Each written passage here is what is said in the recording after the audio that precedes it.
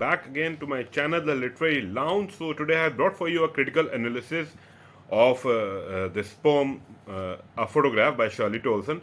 So A Photograph is a very powerful poem about loss, about memory, and also about time. And despite the fact that it focuses on one speaker's mother, right, Shirley Tolson, and a very specific photograph, it is extremely, incredibly moving and very relatable. We can relate to it. हम उससे जुड़ाव महसूस कर सकते हैं क्योंकि हमारे साथ भी ऐसा होता है. It is very common.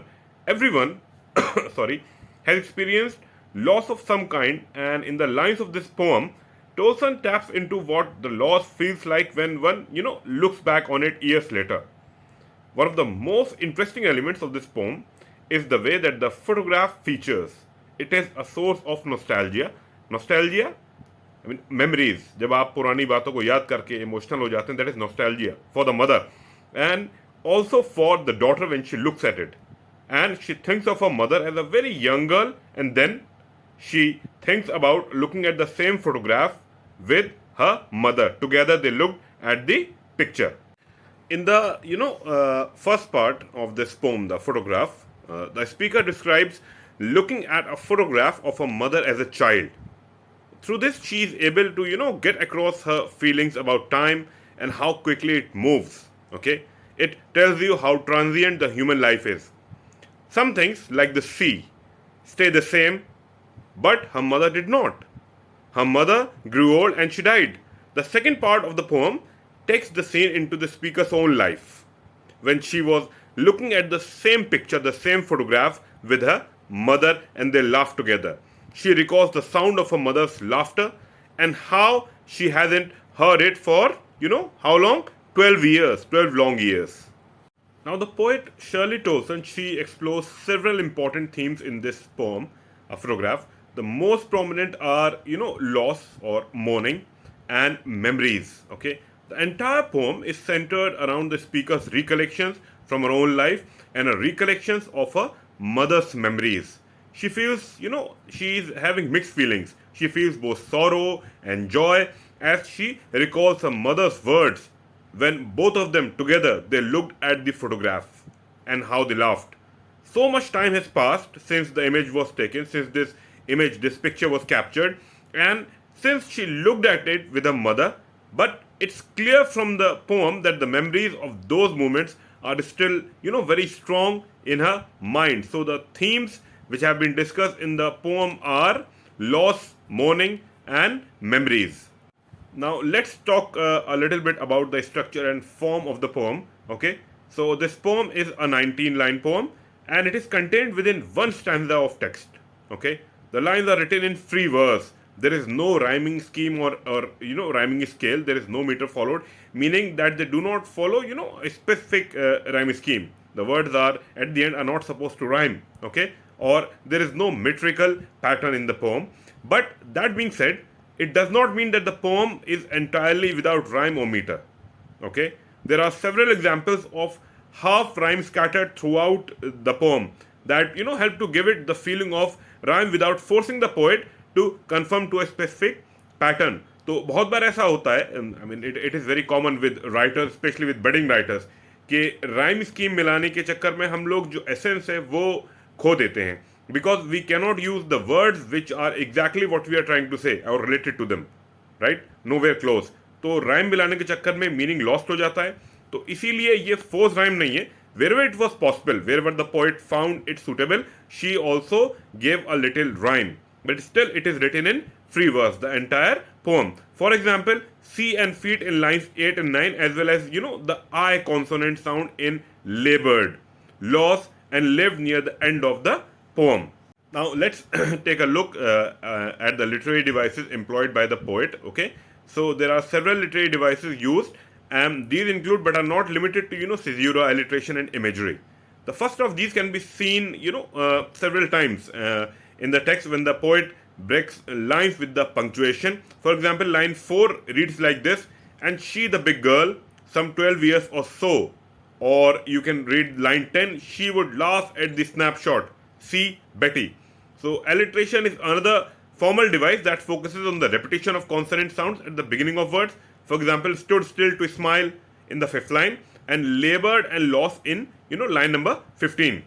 Imagery is also employed in this poem, and it is a very important technique. Okay, without successful crafting images, okay, poems are unable to connect with the reader's imagination. तो हम कहते हैं ना कि अरे इसे पढ़ के तो लग रहा है जैसे सच में मेरे सामने हो रहा है. This is how authors connect with readers. That is how they create an impact, and imagery plays a very crucial role in that. The best images encourage the reader to use a variety of senses in order to imagine them. Imagine the scenes going about in the text, in the written work.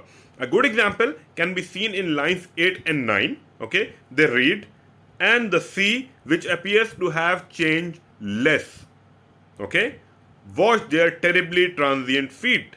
So you can see how beautiful this imagery is, and you can actually perceive it happening right in front of your eyes.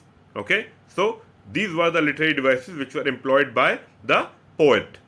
Now let's do a very short analysis of the entire poem line-wise. In the first line of this poem, a photograph, the speaker begins by using the word cardboard to refer to a photograph.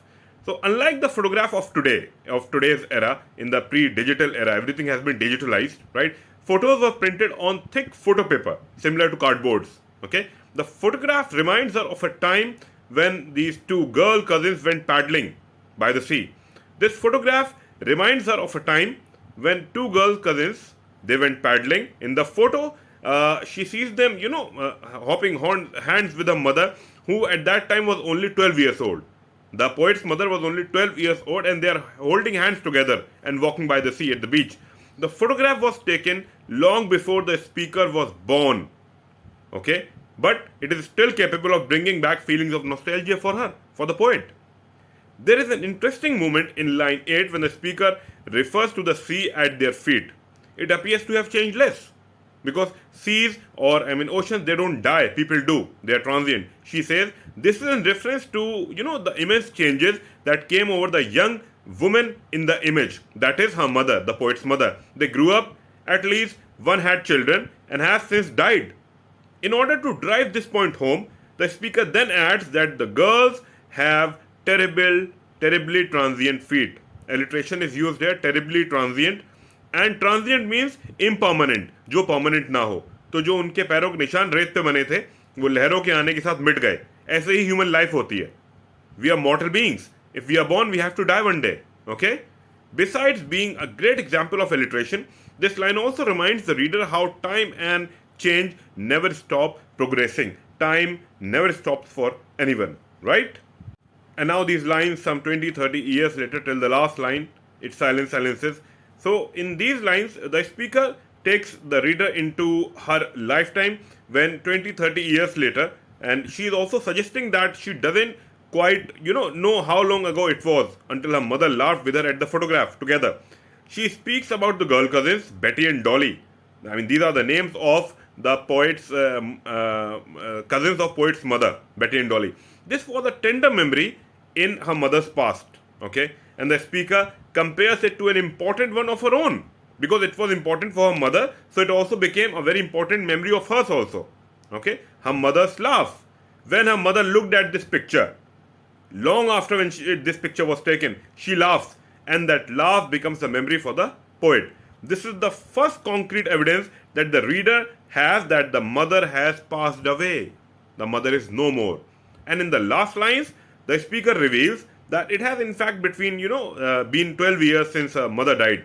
Her memories of her have shifted somewhat in that period, but she still gets emotional when she spends this time thinking about her, and this is pretty natural. It happens to all of us. हम सबके साथ होता है. हमें अपने माँ, बाप, दादा, दादी, जो कोई भी, whoever has left this place for his or her heavenly abode, हमें कभी कभी याद आ जाती है ऑब्जेक्ट्स देख के, पिक्चर्स देख के, and we start remembering them and we get extremely emotional. Right, sensitive लोगों के साथ ज़्यादा होता है. Same is happening with the poet here also. The poem concludes with the speaker saying that there is nothing to say at all about the loss of the period since.